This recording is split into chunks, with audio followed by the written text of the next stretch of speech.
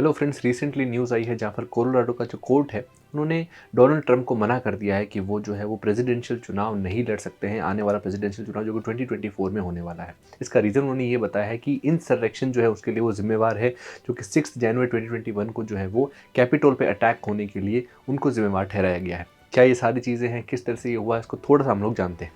US का जो court है और यूएस के अंदर जो लॉज है वो थोड़े से रिजिड माने जाते हैं। यहाँ पर ये चीज़ देखने को मिलती है कि 1868 के अंदर यहाँ पर 14th अमेंडमेंट से जब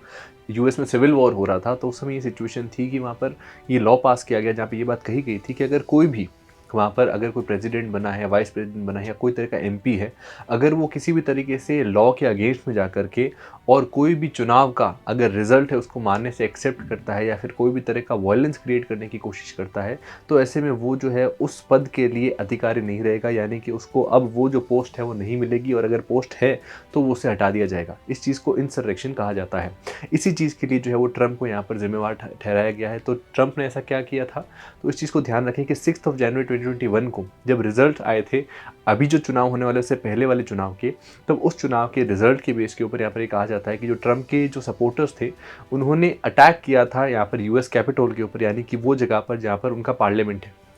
यूएस के पार्लियामेंट के अंदर जो कांग्रेस और सीनेट होते हैं, जैसे हमारे इंडिया के अंदर लोकसभा और राज्यसभा है, वैसे ही वहाँ पर जो है वो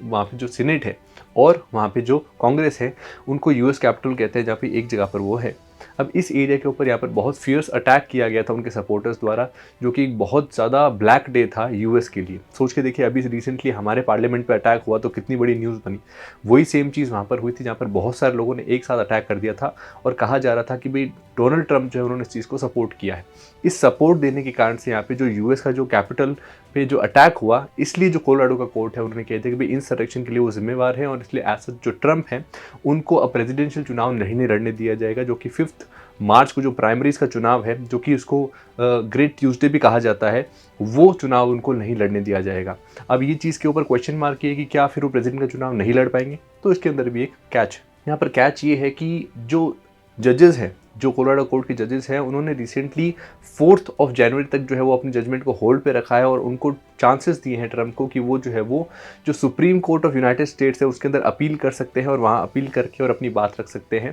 वहाँ पर अपील करने के ऊपर सिचुएशन क्या है, क्या सुप्रीम कोर्ट उनके फेवर में होगा, तो इसके अंदर भी सोचने की चीज़ ये है कि वहाँ पर कंजर्वेटिव की मेजोरिटी है। कंजर्वेटिव का मतलब क्या हुआ कि देखिए, 2 तरह की पार्टीज़ होती है। जैसे इंडिया के अंदर बीजेपी और कांग्रेस है, वैसे वहाँ पर भी जो है वो डेमोक्रेट्स तरह की एक पार्टी है और एक रिपब्लिकन्स की पार्टी है। तो रिपब्लिकन्स जो है वो कंजर्वेटिव्स कहलाए जाते हैं। तो उनके द्वारा अपॉइंटेड जो जजेस हैं, देखिए इंडिया के अंदर क्या होता है कि जजेस को अपॉइंट करने का तरीका होता है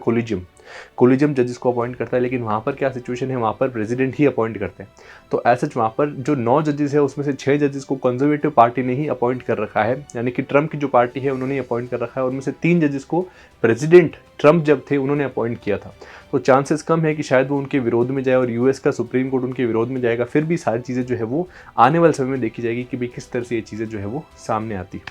थैंक यू वेरी मच।